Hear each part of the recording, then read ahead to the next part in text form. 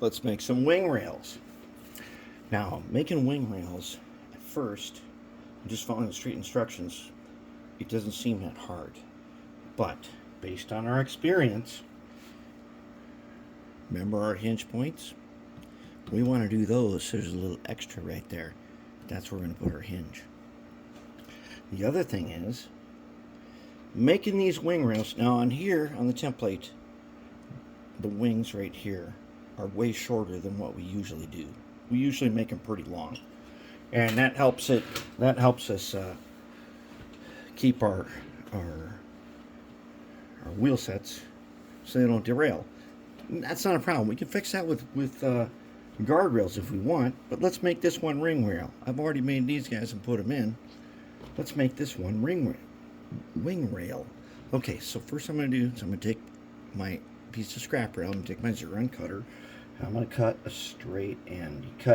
When you cut with this, you cut, here's the top of the rail, there's the bottom, and you cut top down, and the flat side is the side that you want to use. Okay, so now I've got the perfect cut that I want, and I want them to be about right there. And yes, as you can see, these guys on the end here, they don't want to stay. That's why when we take this out of here and put it on the paper, we're going to put extra PC board ties there. Anyways, back to this. So if I want them to be about half a rail joiner wide off the end here and curved, I'm going to curve them over here like this. All right. Let's see if we can hold them. I'm going to take my blue Sharpie. I'm going to mark. There's a mark on the template. I'm going to mark that with blue, just like that. Okay, then I'm going to take them out. All right. So now, what we're going to do here. Oh wait, no, I'm going to do that. Let's do that again. Let's put them back on there and let's line that mark up right where we had them. Okay. He's going to have to get bent. No, never mind. We're right. Okay, let's go ahead and take our moto tool. And we use the steel brush, cleaned off the rails. And we're going to load them up with some acid paste in a minute, but we're going to put on the fiberglass cutoff wheel. Okay, now where I made that blue mark, all I want to do is make a tiny little gap like this. That's it. Okay, let's get a close-up on that. Let's see if you can see what I did here. See that little gap right there? Okay, I made a gap in the foot of the rail. Alright, now if you don't have a square-nosed lineman's pliers, this is the time where you really need one. And I'm going to bend this guy like that. And this guy's a curved guy. It's going to come around. I'm going to bend him out just a little bit. Why did I cut that guy in there? Well, if you bend this without making that cut, you can get a little dimple right here, which makes it really hard to solder. Because that's way too much. That little dimple is too thick and too big to solder down nicely. Okay, I'm just going to hold him approximately where my notch is, next to the notches in on the template like that. Then I'm going to take my blue Sharpie again, and I'm going to mark where he should be cut off at.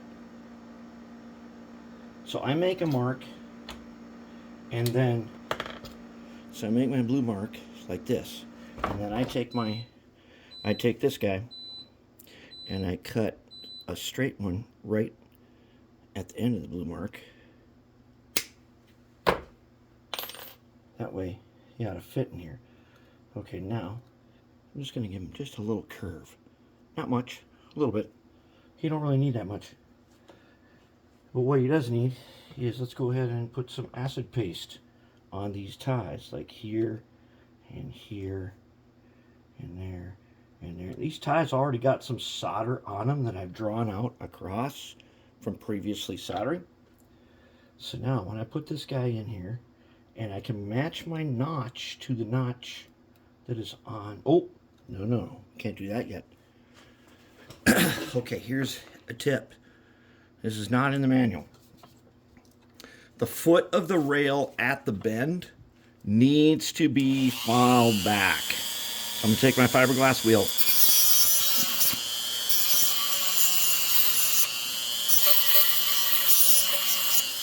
I'm going to flatten them across. And the reason I'm doing that... Oh, then... got one other thing. This rail, it's been sitting around a while. I'm going to take a sanding sponge here. And we're going to sand the oxidation off of it. Sanding the oxidation off of it helps a lot to get a really good solder connection here.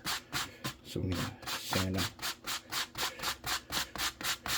Alright, we got the oxidation off now. Okay, so now let's come back over here. We're going to put them in. And I matched the notch here now that I made. And then I put the rail in place. And I don't really worry too much about this curve. It's very slight. I just go based off my notch. And I got just enough right here. Just enough. Let's zoom in and look at what I mean by just enough. We got just enough. See that? If you want to make hinge points, as we've already discovered, cutting a rail joiner in half and putting it on the end here makes for a much more reliable switch. We'll solder that half rail joiner on there, or basically this is half, and there'll be a part of the rest of the rail joiner on there where the points will fit in. But coming off the edge a bit, I don't want the rail joiner under the rail and on the PC board tie, because it raises up the rail, and then I end up having to grind the rail, and I'm having to grind it down too far. I don't want to do that. And this has turned out to be way more reliable than the way we used to do it by putting that rail joiner underneath there. Alright, so let's get our soldering tip ready. I'm going to hit the tip tin. Just like that. Alright, so now we're ready. Let's get some solder out. Okay. I've already got the acid paste on there, right? I do believe we do. Okay, so let's go ahead and let's solder in the wing rail. Alright, so I get a little bit. Yep. And this guy, let's go ahead and start him in the middle.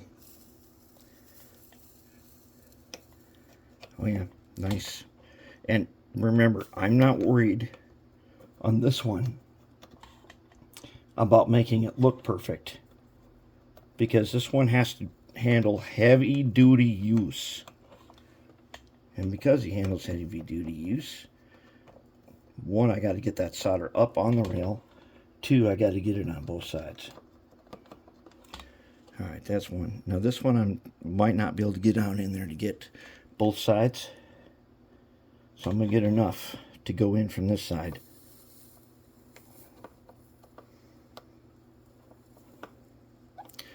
And I need to get him up on the rail. And he is. I don't know if this guy will fit in here. There are smaller tips where I could do this. But I got acid paste in there. And I can just kind of push that solder right in there and up onto the rail. And make sure he's nice and solder really good. Now when I take this over to the paper, and I put this on the paper, I'll be able to heat that rail. And as you can see here, this is why. Because these two guys here on the end, I'm not even sure that they're engaged. In fact, they may not actually be engaged. Let's see if we can fix that. Let's bring this guy down and get one of them in there. And then let's take our screwdriver here.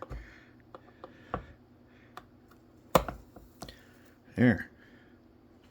He slipped right down in. Yep. Alright. That takes care of that guy not being engaged. Okay, now let's go ahead and finish off the rest of this wing rail. So I need to put some solder here. In between these two little wings here is going to come the points. And then we're going to add enough extra PC board ties, and we are going to make our gap in this frog earlier than usual gaps. Using a fast track switch, that gap is pretty big, and if you are using tortoises, you're good to go. If you are not, if you're like me and you use dead frogs, well, that ain't so easy. So we like to have that gap as short as we can. I'm going to do them on both sides. Now, when I showed you guys before how to do these stock rails, the one thing I forgot to tell you is, one, you don't do the inside where you grind. But on the rest of it, you do outside and inside, which I did. Okay, so that looks pretty good. I think we've got a really good set of wing rails in here. All right. And that's kind of what it takes to get the wing rails in. Notice I didn't really have to worry about the curving and stuff. You get them soldered down good enough. A slight curve will help take some tension off. But in general, once you get it in here and solder down, if you've done a good job on soldering, it's going to hold solid. So that takes care of wing rails. Real easy.